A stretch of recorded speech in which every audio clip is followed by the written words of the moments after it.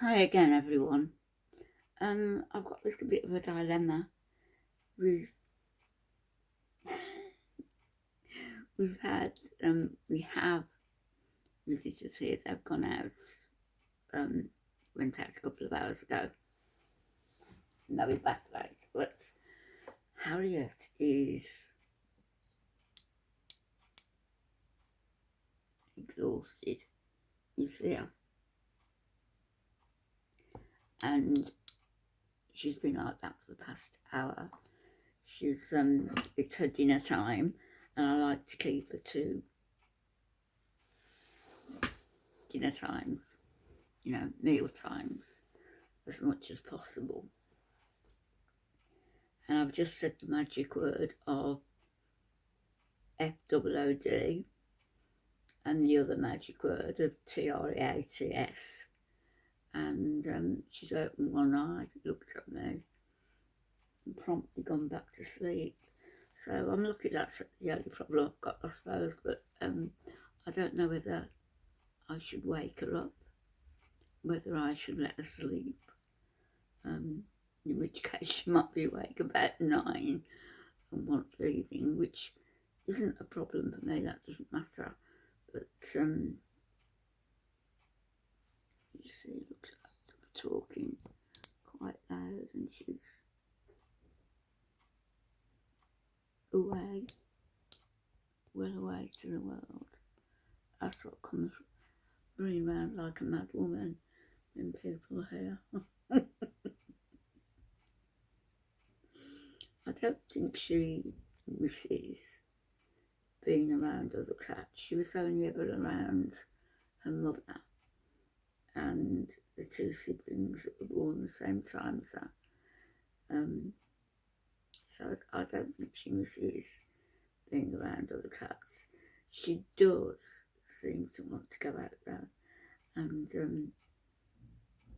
she got out this morning, and second time I've gone out to put some washing on the line, and she just sneaked out of the door when I thought she was in another part of the house. She didn't go far, she didn't move off the little patio part, and got under the chair, so I had to bend down to pick her up. But she's not going to be an outdoor cat, except if I get a catty out, then I suppose she's neither here nor there. As I say, I've always been a dog person, and I know I'm comfortable around dogs, and it was my kids who were always with the cats, responsible for the cats that they had, and the hamster that they had, and the cockatiels that they had. But I've never been responsible for anything except, or anyone except the dogs, which were Alfie's responsibility and my responsibility. And certainly I found now, looking after a kitten, they're a lot of fun, They're very inquisitive, they're into everything, nosy, and they are hard work. They are. Her litter is scooped 4 or 5 times a day now, every day. It was 3 times a day, it's now 4 or 5 times a day. Probably drinking more, I don't know. But she doesn't like, she'll sit there by the door to her litter thing, and she will cry if there's even a little bit of a clump there. She will cry, and then once I've removed it and cleaned up, put a bit more litter down, she's as happy as anything. So she's a very particular little cat, a very pampered little cat, I guess.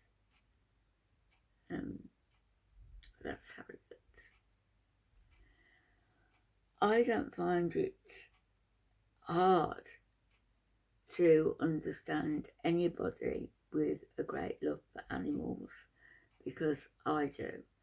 And like people were saying about the video I posted yesterday, there are far more important issues than worrying about a cat cafe closing down. Well, yes, of course there are more important issues than that. There are men, women and children being bombed every day. And then when I said that, somebody asked me if I supported Hamas. It seems that you can't say anything right on YouTube. I don't support Hamas.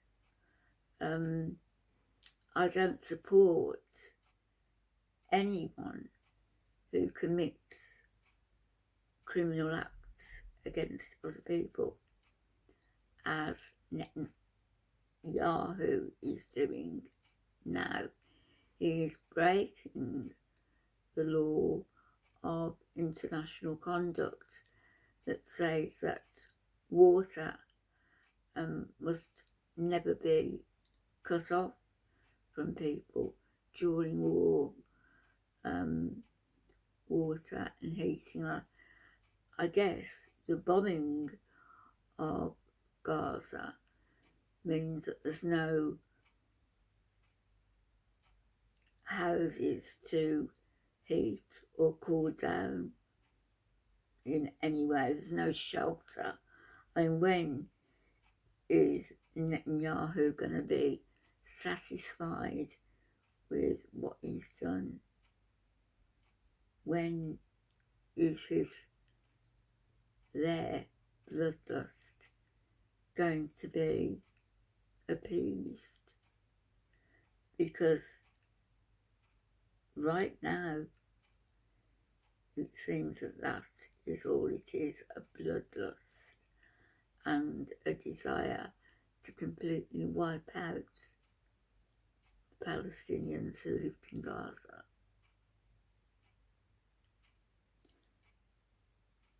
They have a very sophisticated setup in regards to their army, in regards to their military, and how they target particular places where they're going to bomb. So how is it that hospitals, schools, mosques have been bombed? Is it another failure on Netanyahu's government's part? I don't know. What I do know is that the longer it goes on, the more outraged people are going to be, because it's just killing people. He is, in my eyes, no better than Hamas at this stage. He wants the land that was Palestine for his people. His people. There's a video of his people walking past Christians and spitting at them recently, of them walking past two elderly nuns and spitting at them,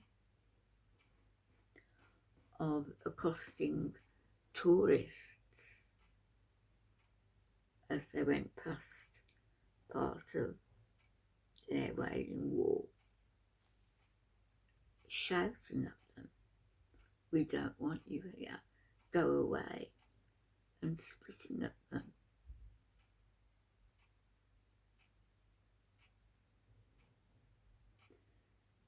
There's a YouTuber, I need to find him and put a link for you, and he was doing interviews, just questions that viewers, subscribers have sent him that they would like answered, not just in Israel but various places he goes across the world. And I watched, and he was in an Israeli street and talking to some Israelis. Some were pleasant. There was one woman who was particularly unpleasant, and the more, I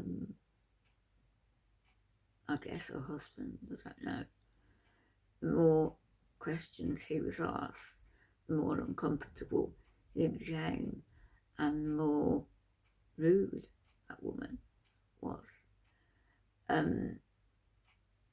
But it was interesting that one of the questions was about how they feel about Gentiles, about us. And he said, no firm beliefs about you.